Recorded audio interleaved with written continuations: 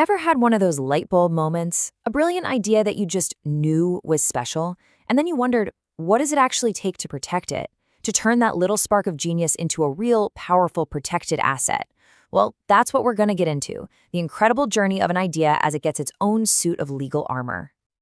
It all boils down to this really profound idea. A patent is so much more than just a dusty legal document. It's a fundamental deal, a contract, between an inventor and all of society. The deal is basically this. If you agree to share your amazing innovation with the world in return agrees to protect your rights to it. It's a pretty big deal. So what are the terms of this contract really? What's in the fine print? I mean, how does a thought, something totally intangible and stuck in your head, transform into something with real-world power and legally defined borders? Let's follow that exact path. Okay, our journey kicks off right at the source. This is the moment a private thought begins its big transformation into a public declaration. This is where raw imagination gets ready to meet the very formal, very structured world of law. So before your idea can even get in the door, it has to pass two huge tests. Think of them like bouncers at a very exclusive club. First up is novelty. Your idea has to be genuinely new, something that really is unlike anything that's come before. And second, it has to overcome obviousness. This means it can't just be the next logical step that any expert in the field would have come up with. It needs to have that little bit of magic, that leap of insight that isn't just predictable. So, let's say your idea gets past the bouncers. Now it's time to make it official. It starts with actually defining the invention. What is it, exactly? Then comes the disclosure, which is where you reveal your secret, but in a very structured, specific way. All of that gets translated into a formal application for the patent office. But honestly, the most critical part, the real heart of it all, is defining the claims. And the claims? Wow, they're way more than just a description. They're the legal fences you're building around your idea. I love this phrase for them, the enforceable geometry of thought. That's because they draw the precise, mathematical-like lines of your intellectual territory. This is what gives your idea its shape, a shape that you can actually defend.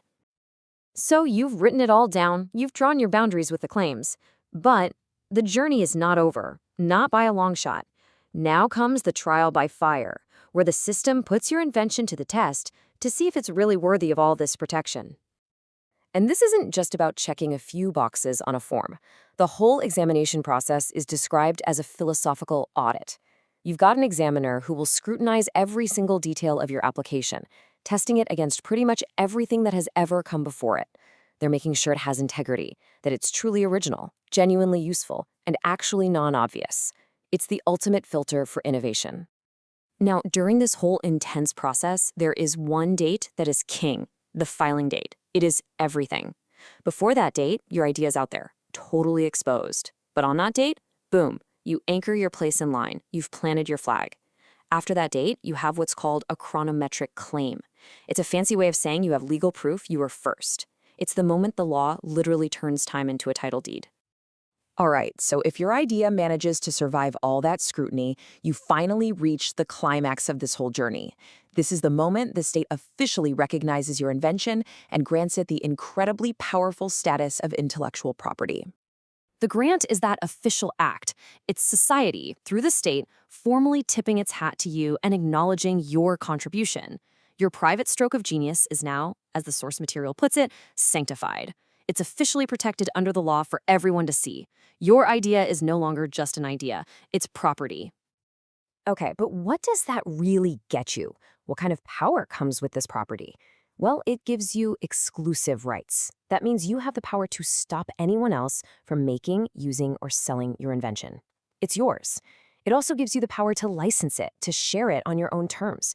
You essentially become the steward of your innovation, guiding its future and protecting the very incentive that made you create it in the first place. But, and this is a really important but, this power doesn't last forever. The patent has a built-in expiration date, usually about 20 years from when you filed. This temporal limitation is absolutely crucial. It's what keeps the system fair. It guarantees that after you've had your time in the sun, your protected idea eventually returns to the public domain, enriching our collective pool of knowledge for the next generation of innovators to build upon. So once an idea gets that patent, its journey still isn't over. In fact, a whole new one begins. It's now out in the wild, out in the world, where its owner has to make choices that will define its impact and ultimately its legacy. And for the most part, a patented idea can go down two very different roads. On one side, you've got licensing. That's the path of collaboration, of democratizing access to your idea, while you negotiate that balance between making a profit and letting it spread. Then there's the other path, infringement. This is the road of conflict, where creativity collides head-on with competition. But no matter which road it takes, the patent creates this incredible thing called a zone of protection. You can think of it like a sanctuary, a safe harbor where the idea is shielded from the chaos of the open market. Inside this protective bubble, the invention can exist, it can develop, and it can achieve a kind of immortality, with its legacy secured by the full force of the law. And that really brings us right to the core tension of this entire system, doesn't it? At the end of the day, a patent is a massive balancing act. It's designed to celebrate and reward an individual inventor's genius, but it also has to serve the progress of everyone. So the question this whole journey leaves us with is a big one. In this ongoing contract with creativity, how do we keep striking the right balance between rewarding private genius and advancing the collective good?